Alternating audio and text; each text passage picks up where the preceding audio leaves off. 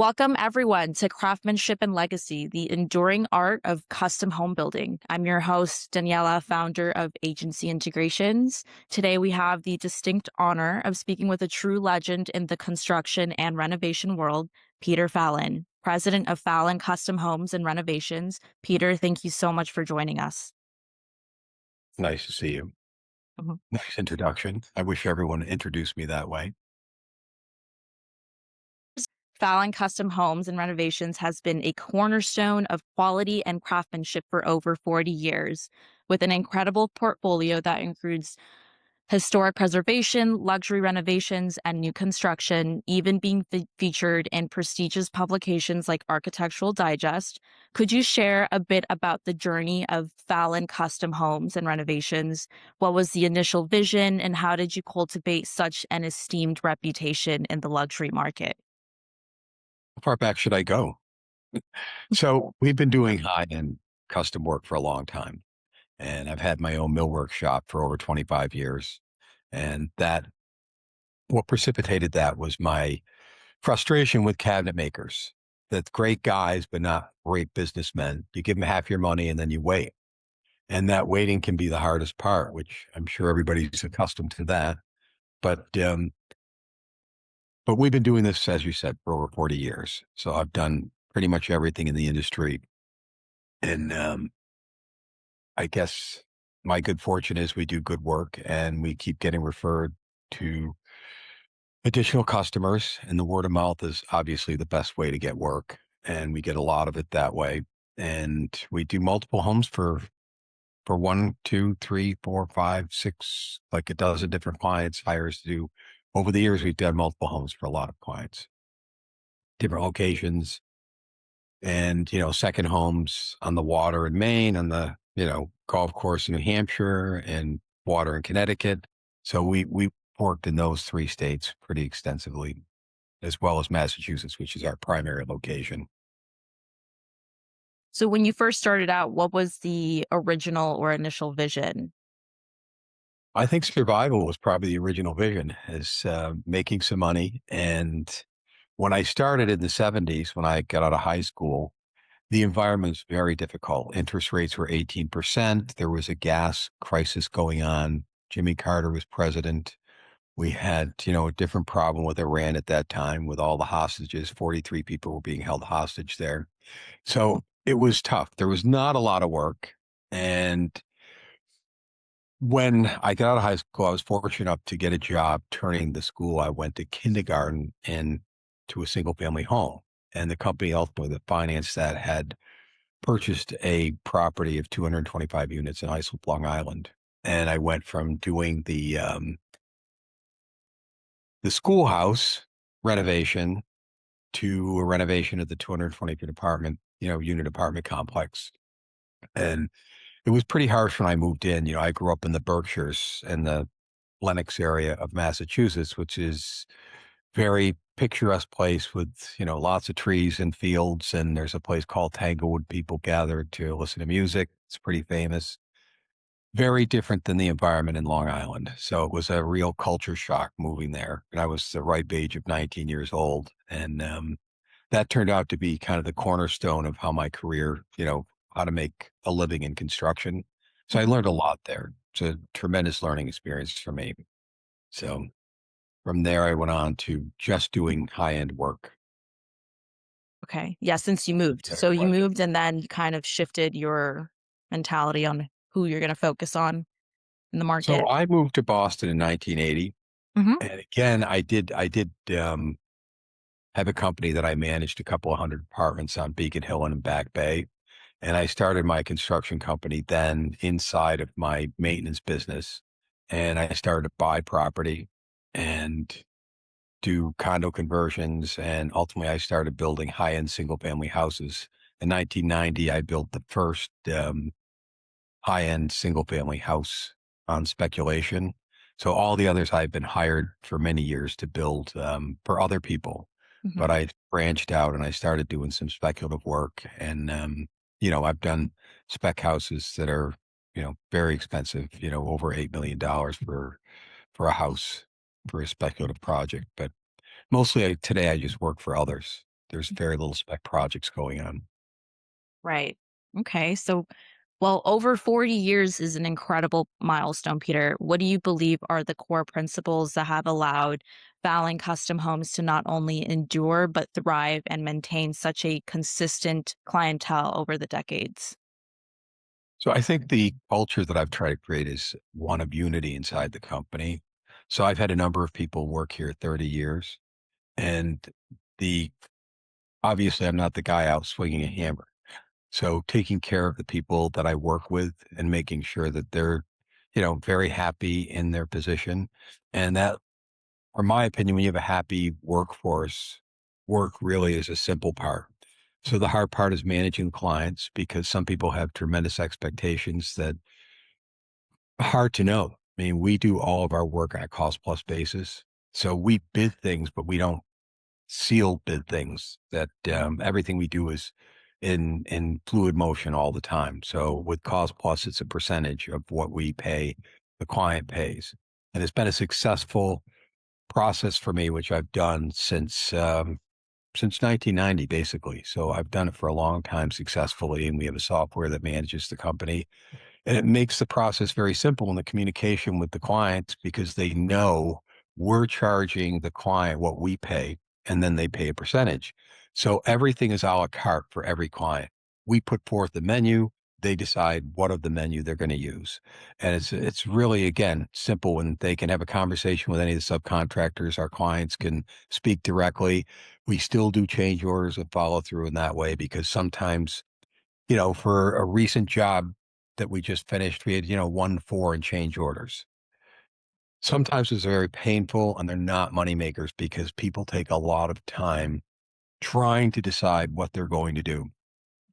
That can drag the project out. It can make things go in reverse that are done in other parts of the house.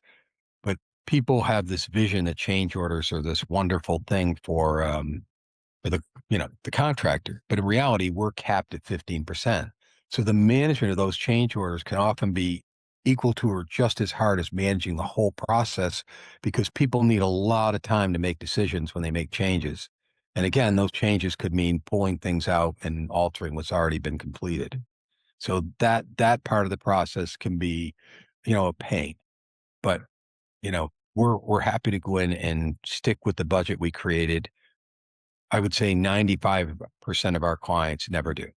They go off in various directions with interior decorators. Mostly the architects don't make the changes. It's the interior design people that initiate the change. And often if, what we have a policy though is that we buy everything.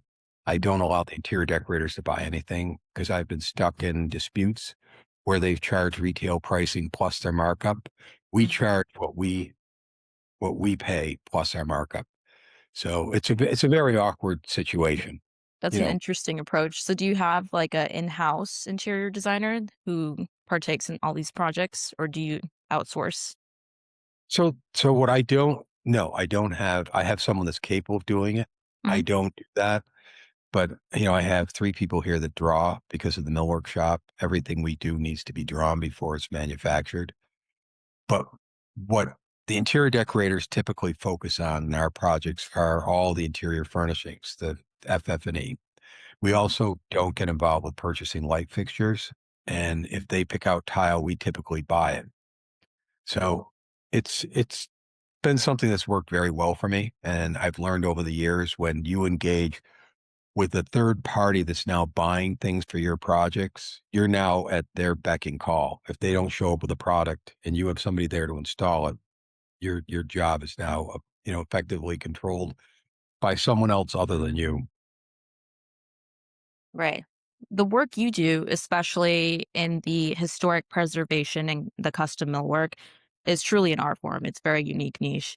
It requires an immense attention to detail and a deep understanding of materials and techniques.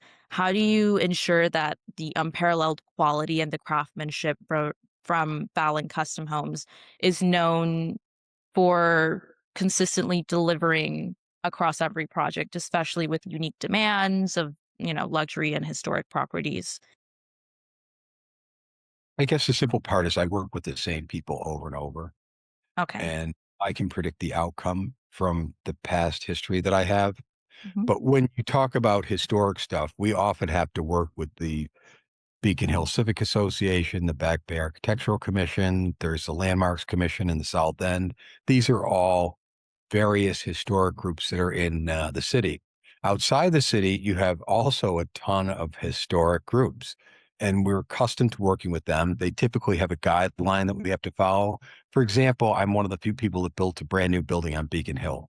So there was a famous person in Boston called Isabella Stewart Gardner, and she used to live on the upper part of Beacon Street. She ultimately landfilled a section of the Back Bay and built an enormous mansion that she imported a ton of stuff from Italy, meaning building materials. And it's called the Isabella Stewart Gardner Museum, which is run by the university. And but she had a carriage house on Beacon Hill, and we had to tear that carriage house down and build a new building in its place, adding an additional story. But I'm kind of bouncing around, but that process of building a new building on Beacon Hill is very difficult because the mortar color, paint color, brick consistency, everything is water struck brick that's in the Back Bay and in Beacon Hill. So they require you to supply everything before it's built. Every single detail has to be organized on the exterior of the building because every piece is protected. So anything you do in any of those areas of Boston, you have specific guidelines to follow before you even go in for your building permit. Right. So organization is key. Yes, but having the experience in the An number of experience, years of I've done course. this, it makes it really simple for me because Hmm. I'm used to it all. Okay. So what role do referrals play in your business today? Like if somebody were to refer you to a friend and so on and so forth, how do you nurture that network of satisfied clients and partners? It's I guess it's something they feel self-motivated to do. I don't Mhm. have like any incentive or monetary involvement with any of that. So if people are happy, it's an organic way of getting work. If people are happy, they talk very positively about what you do. Yeah. And the beauty of what I do is most of our clients don't want their homes photographed. So I have a very limited portfolio online, Hmm. but all of them will let me show their house to another client because they're very proud of their house. They just don't want the whole world to see it. So Right. the Like that. best part is, you take them through the house and then they describe how the system works. And obviously, we educate people before they even get introduced to another client. They know how the billing process works. They know how our contract works. Mhm. So they're pretty far down the road before we take them into a house. And then they get to meet other clients. And obviously, we have referrals that when people ask, we can send out a list of referrals. And always the consistent question is this similar to my project? Show me, give me referral that's similar to my project. So having had the years in business, it's a lot easier for me Mm. to just have something similar to send them to see or to talk to the client about. Okay. It's clear that your focus is on maintaining a like boutique high quality operation rather than aggressively scaling. From your perspective, what are the advantages of operating with this philosophy and how does it allow you to deliver with such exceptional results? So when you work on a cost plus basis, you have an idea of what the outcome financially is going to be for you. Mhm. So I know exactly how much work I need to do in order to pay my bills, pay my employees, and make a living. So all of that is very clear at the beginning of each year. So I need to take a specific amount of work. And it's that simple. If somebody wants to use us and we don't have the bandwidth to take on a project, they have to wait. So that's just the way it is. Because I have decided the easiest way to manage is to have less is more sometimes, if you know what I mean. Trying to do all, Right. go to every, Quality over quantity. yes, if you go to every party, you're not going to remember the faces at each party. So Exactly. I would prefer to go to less parties, remember all the faces. Of course.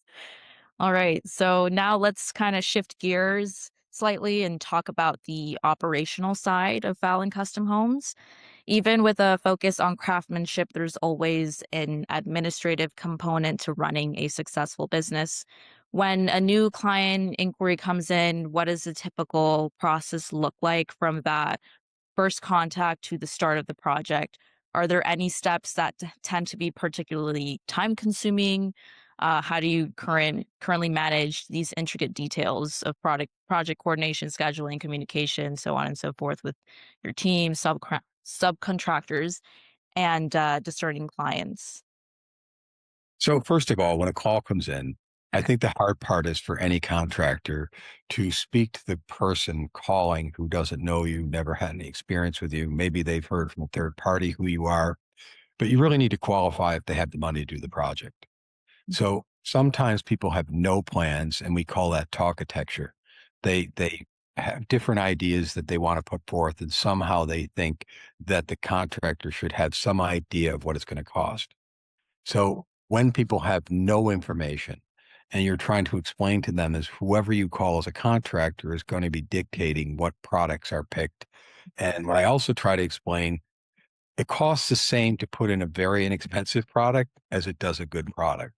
So when you're like me, you don't want to do any warranty work and you have a long history of various products and how they perform over those years, I'm very strict in what I want to put in because I don't want to do warranty work.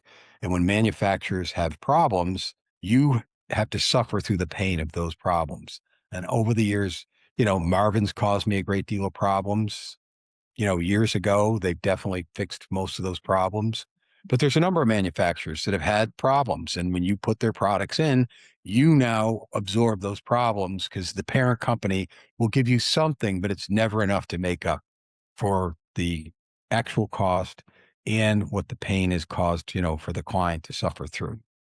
So that's where, qualifying a person if they have the money and trying to figure out what they want to do is often difficult because it's always dictated by the budget. So when people go to an architect and they draw plans, the guidelines should be their budget to start with. So what inevitably happens is they start with the base cost of doing the work. Then they start to make changes, and there's never a great discussion with the client from the other side that they're adding a ton of money to the project. We are often the people that have to give that bad news of what the actual cost is. So it's a difficult relationship because the architect, I think, wants the work, but they assume the clients are smart people. If they're adding things, they're adding cost. But oftentimes the client's not like in their head registering the things that they're adding and how much additional cost that's creating. Right, that makes sense. There's a lot to it. Yeah, a lot of moving parts for sure. Yeah. That's definitely a lot of moving parts. It definitely is. Are there any administrative tasks or routine communications that you or your team find yourselves handling repeatedly that, while necessary, take away valuable time from the hands-on work that you need to do? So given that we have a software that runs the company, Mhm. every 2 weeks we give an update on where people are. So what often happens is our clients are busy and they approve change orders by emails. So we incorporate all of those every 2 weeks to keep them up to date in what they're spending. And people can add a lot of changes. It's very customary. So we never know. And again, you have a third party, which is typically the interior decorator that's also making changes. And sometimes that person doesn't communicate well with their client about the changes that they're making. I currently have a project going on right now, and it's a close friend of mine that I'm doing a project for. And the interior decorator is very inconsistent in the changes that are occurring. It's one way today and tomorrow it's a different way. And when you're making cabinets and everything is custom made specifically for that person, you really need all the information before you can go into production. Right. Sounds like there's a constant balance between the art of building and the science of running a business. Thinking about those recurring administrative elements, have you ever considered how intelligent systems or automations might help simplify some of those processes, not necessarily to scale aggressively, but to reduce administrative load and allow you to, for you and your team to focus on even more unique craftsmanship? So I'm a dinosaur because of my age. So other people in the company run the software and do all the billing and that sort of thing. Hmm. So I'm the wrong guy to ask about that. The Okay. interesting part is that ChatGPT gives our company name to a lot of people to hire us. And Okay. just in the past month, I've had 4 different people contact me.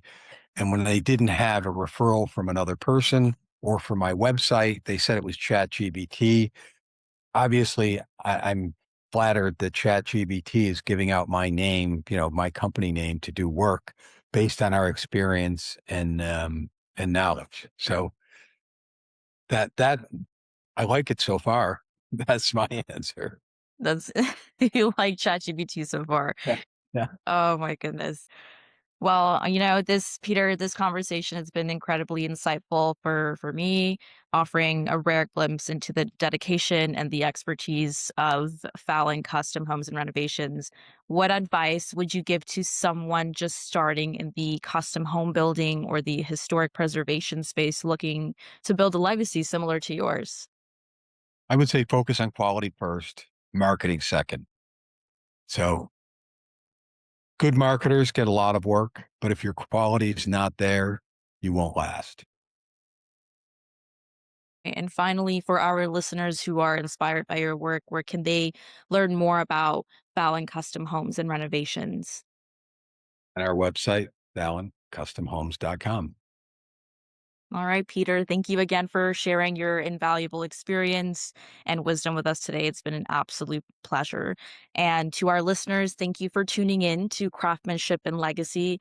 If Peter's insights on operational efficiency and preserving the focus on core craftsmanship resonated with you, and you're curious about how intelligent systems or automations could help streamline your own business operations, please, you can reach out to us at Agency Integrations.